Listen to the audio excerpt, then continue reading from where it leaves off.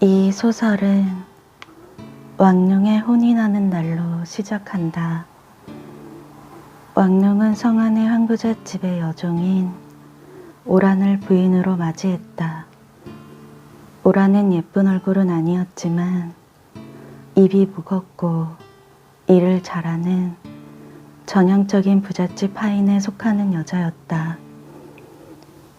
오란은 여성이 무시받는 세상을 묵묵히 받아들이고 속으로만 삭혀야 하는 것이 당연시 되었던 시대에 사랑받기 위해서가 아니라 살기 위해서 모든 것을 참고 인내했다. 오직 가족의 번영을 위해 아기를 가진 중에도 힘든 몸을 이기며 일을 했던 그녀는 어떤 보상도 바라지 않았다. 왕룡과 오란은 왕이라는 첫째 아들도 낳고 그 누구보다도 성실히 땅을 돌보아 점점 은하를 모아갔다. 황부잣집의 사정이 안 좋아지자 황부잣집의 해자 곁에 있는 비옥한 논을 사게 되었다. 은하는 그가 몸을 바쳐 일하고 쟁기를 갈아 뒤엎은 흙으로부터 온 것이라는 사실을 잊지 않았다. 그는 땅으로부터 생명을 얻었고 한 방울 한 방울 땀을 흘려 흙으로부터 식량을 그리고 식량으로부터 은하를 얻은 것이었다. 그 일로 왕룡은 더욱 분발하였다. 오라는 봄이 되자 왕월이라는 둘째 아들을 낳았다.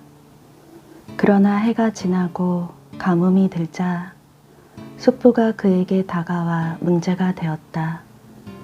그는 일을 하려 하지 않고 조카에게 빌붙으려고만 하였다. 그의 오라는 여자아이를 낳았다. 다음 해에도 극심한 가뭄이 들어 수확을 얻지 못한 왕룡 가족은 죽은 아이를 낳았고 더 이상 버틸 수 있는 식량조차 마을 사람들에게 빼앗겼다. 왕룡은 남자의 삶이 막 무르익으려던 참에 이런 식으로 갑자기 한심한 운명에 의하여 모든 것이 박탈당하고 싶지는 않았다. 그의 마음속에는 분노가 하늘에다 대고 두 팔을 휘두르며 하늘이며 신을 원망했다. 해마다 정초가 되면 빨간 종이 조각들을 사서 조심스럽게 잘라 풀로 붙이고는 그 앞에서 향을 피우고 신이 풍년과 흉년을 결정한다는 것을 믿고 섬겼다. 왕릉 가족은 텅 빈 집에 남아서 그냥 죽을 수는 없는 노릇이었다. 땅을 팔면 음식을 얻을 수 있는 은하를 주겠다는 숙부의 제의를 뿌리치고 왕릉은 남쪽으로 떠났다. 식탁, 침대, 이부자리, 의자, 가마솥 등을 팔았지만 갈퀴와 팽이, 쟁기는 팔지 않고 남겨두었다.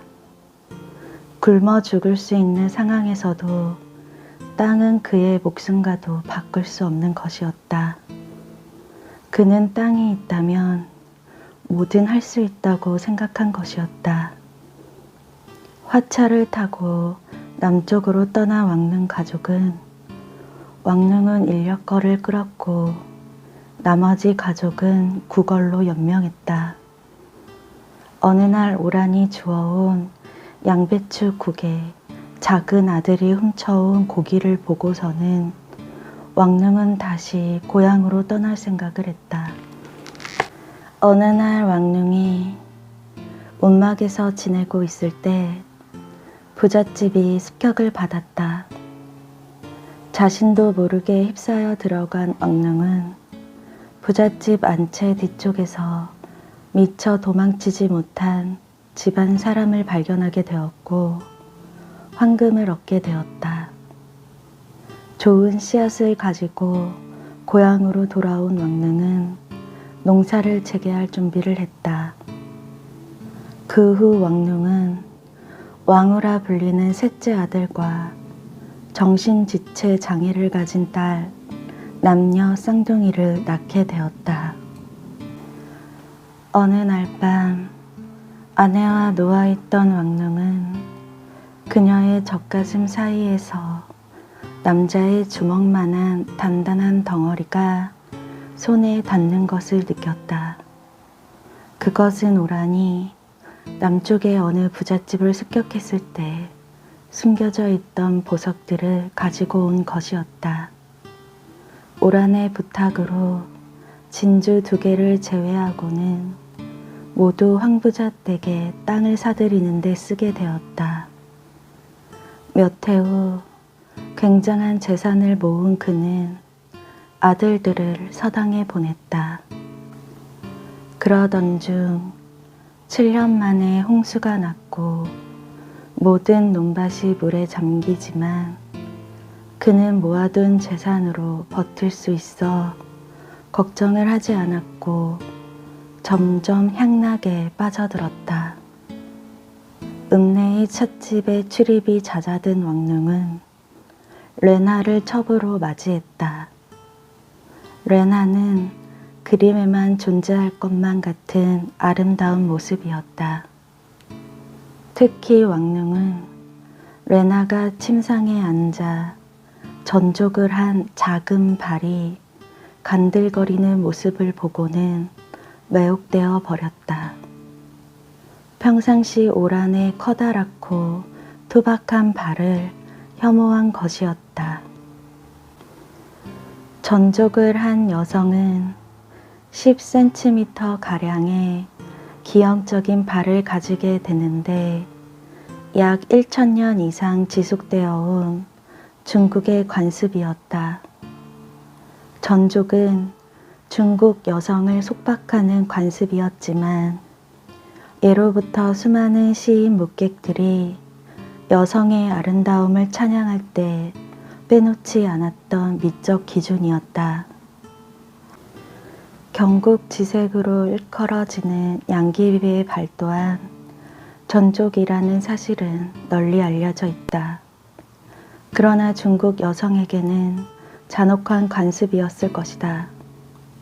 왕릉의 아내인 오란은 묶인 발의 통증으로 괴로워하는 딸에게 자신이 전족이 아니기 때문에 사랑을 받지 못했다며 한탄하기도 했다. 일반적으로 발은 체중을 지탱하며 균형을 유지하는 신체의 일부분이다. 그런데 이 발이 10cm 안팎이었으니 전족을 한 여성이 걸음을 걸을 때에는 균형을 잡기가 어려웠을 것이 분명했다.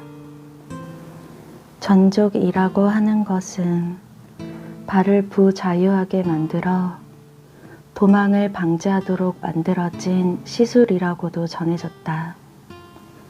그러나 중국에서는 그 아슬아슬한 걸음걸이가 미의 상징으로 여겨졌다. 전족한 여성이 길을 걸어갈 때에는 한 걸음 한 걸음이 연꽃이고 가는 허리는 천천히 흔들리며 자태가 하늘거려 훨씬 아름답고 바람이 불어도 쓰러질 것 같은 가냘픈 모습이 남성들의 성욕을 자극했다는 것이다. 미관상뿐 아니라 작은 발은 중요한 성적 의미를 함축하고 있었다. 전족의 에로티시즘은 중국의 고소설 금명매에 잘 나타나 있다. 전족의 입을 맞추고 발가락을 깨무는 등의 애무가 10가지나 기술돼 있다고 했다. 여기서 주목할 만한 것은 전족이 회음부 근육을 단련시키는 역할을 했다는 점이다. 어린 아이보다 작은 발로 성인의 몸을 지탱하기 위해서는 허벅지와 음부의 근육이 항상 긴장 상태를 유지할 수밖에 없었다. 중국 여성의 전족은 남성의 성쾌감을 만족시키는 것과 밀접한 관계가 있음을 알 수 있었다. 왕릉은 레나가 왕릉의 머리를 딴 모습을 싫어하자 주저하지 않고 머리를 잘라버렸다. 전에는 누가 비웃거나 경멸하며 설득했어도 왕릉은 그 말을 듣지 않았었다. 한동안 레나에게만 빠져 오란과 집안일 모두를 잊고 있었던 왕릉은 레나가 지체 장애인인 자신의 딸을 욕하는 것을 보고 그는 다시 대지 위의 밭에서 일을 시작했다. 게다가 첫째 아들이 레나와 자주 만난다는 것을 알고는 아들을 서둘러 남쪽으로 대학을 보내고 레나를 멀리했다. 훌륭한 흙으로 인해서 사랑의 병으로부터 구제를 받은 왕릉은 발에 닿는 축축한 흙의 감촉을 느꼈고 그가 갈아엎은 밭으로부터 풍겨오르는 대지의 향기를 맡았다. 땅은 그의 휴식처이자 모든 것이었다. 어느 날 식사를 하던 오란이 복통을 호소하자 의원을 불렀지만 의원은 회복 불가능을 암시했다. 오란은 겨울 내내 침상에 드러눕고 말았다. 왕릉은 관을 준비하였고 오란의 상태는 점점 악화되었다. 그러던 중 새해를 맞이하고 정신을 되찾은 오란은 첫째 아들이 결혼하는 것을 보고 싶다고 했다. 왕릉은 아들을 불러오고 오란의 앞에서 결혼을 했다. 그날 밤 오란은 임종을 맞이했다. 그 후 레나에게도 관심이 없어진 왕릉은 레나의 몸종이었던 이화를 자신의 첩으로 맞이했다. 이화는 왕릉을 잘 따랐고 그를 정성스레 간호했다. 세월이 흘러 왕릉은 곧 자기도 죽을 것이라는 것을 알고 마지막으로 평생 사 모으고 경작했던 그의 토지를 한 바퀴 둘러보았다. 그리고 아들들에게 절대로 땅을 팔지 말 것을 간곡히 부탁했고 결국 그가 그토록 사랑했던 바로 그 대지에 묻히게 되었다. 왕릉이 떠난 후 그의 재산을 물려받은 왕이 왕얼 왕후 세 아들의 이야기를 중심으로 전개된다. 첫째 아들인 왕이는 탐욕스럽고 둔하며 키도 크고 뼈대도 굵고 얼굴도 붉은 것이 오란의 고장인 부쪽 사람 같은 인상을 주었으나 둘째 아들 왕얼은 키도 작고 몸집도 가늘고 노르스름한 얼굴빛이 그 아버지의 혈통을 그대로 이어받았다. 왕릉은 첫째 아들 왕이를 학자로 키우고 둘째 아들 왕얼은 상인으로 키우기 위해 곡물점에 가서 장사를 배우게 하였다. 그는 머리가 좋고 물질 욕심이 대단하며 검소한 구두쇠였다. 그리고 세 번째 아들인 왕후는 농부로 키우려고 했다. 2부에서는 바로 셋째 아들인 왕후의 성고 일대기를 다루고 있다.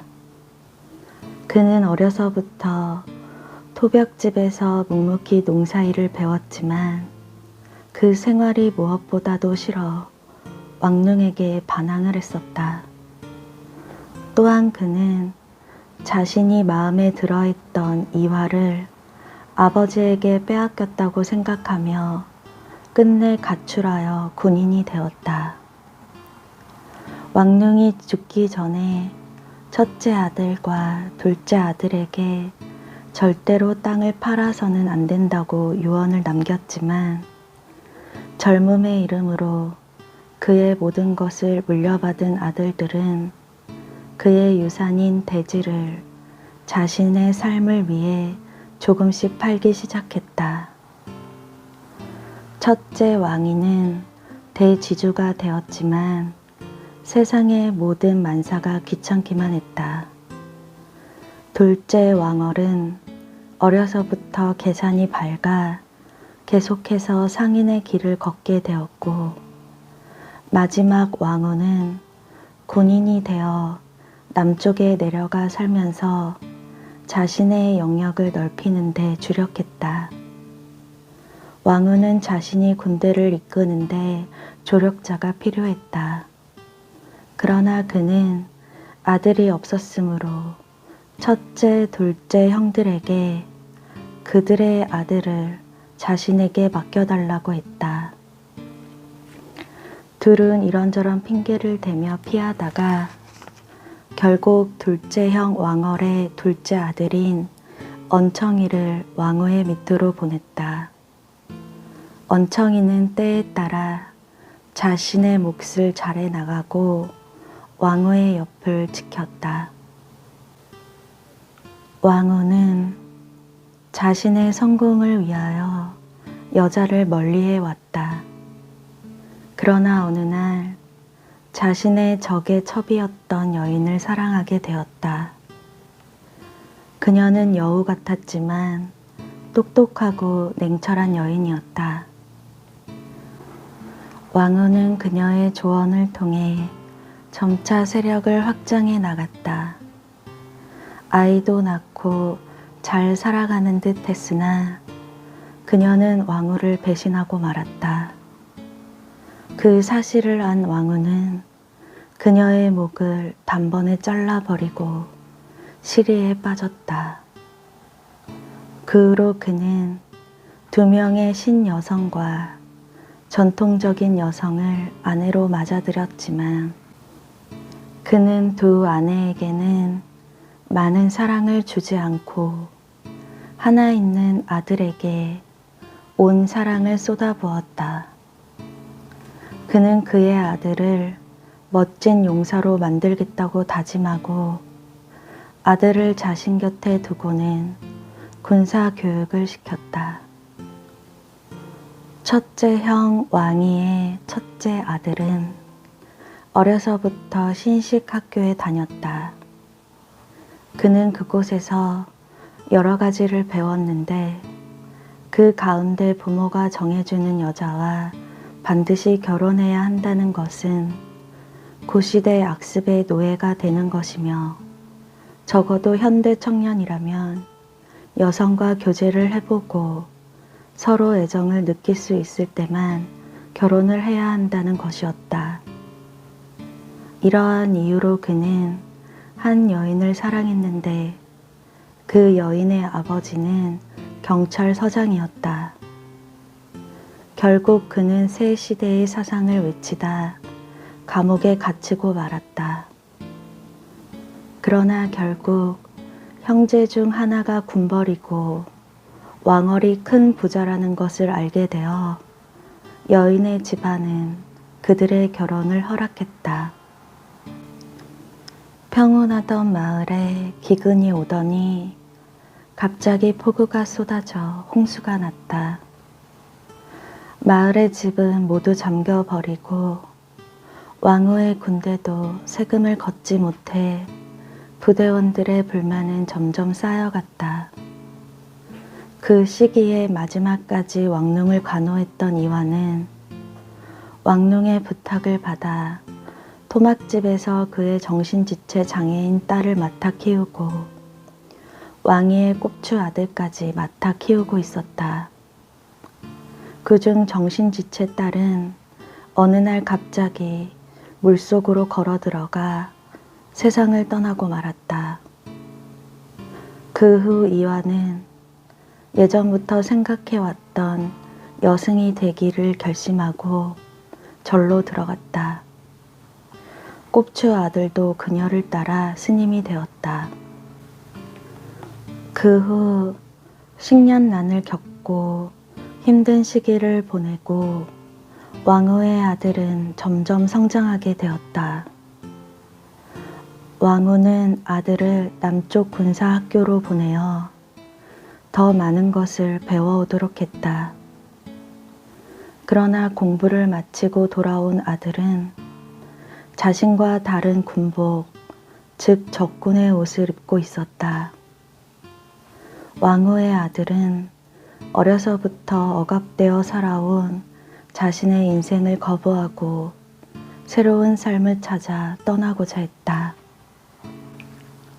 제3부에서는 왕릉의 셋째 아들인 왕후의 외아들 왕옌의 이야기를 중심으로 전개된다. 왕후는 어려서 자신의 아버지인 왕릉이 자신의 삶을 정해버리는 것에 반항을 하였고 집을 뛰쳐나와 군인이 되었다. 그러나 그 역시도 구시대 사상을 버리지 못했고 자신의 아들의 미래를 정해놓고 그것을 강요했다. 왕옌은 어려서부터 잔인하고 냉정한 아버지를 무서워했다. 어떠한 반항도 하지 않고 아버지의 뜻에 따라 성장했다. 그러나 그는 성인이 되어가면서 자신의 미래가 아버지에 의해서 결정되어 버렸다는 것과 적성에 맞지 않는 군인 생활에 지치고 반발심이 생겨 가출을 했다. 처음 가출을 했을 때 그는 어렸을 적 가보았던 할아버지가 살던 토막집으로 갔다. 그곳에서 그는 평생 맛볼 수 없었던 자유와 평온함을 느끼게 되었다. 그러나 그것도 잠시 그를 찾아온 어머니는 아버지의 병환 소식을 듣고 다시 돌아갔다. 하지만 아버지의 편찮으시다는 것이 사실이 아니라는 것을 알고 그는 또 한 번 집을 나가게 되었다. 그때 그는 딸의 교육을 위해 남쪽으로 가 지내고 있던 그의 이복 어머니의 집으로 가게 되었다. 그곳에서 그는 이복 어머니를 어머니라 부르며 이복 누이 아이랑과 함께 살아갔다.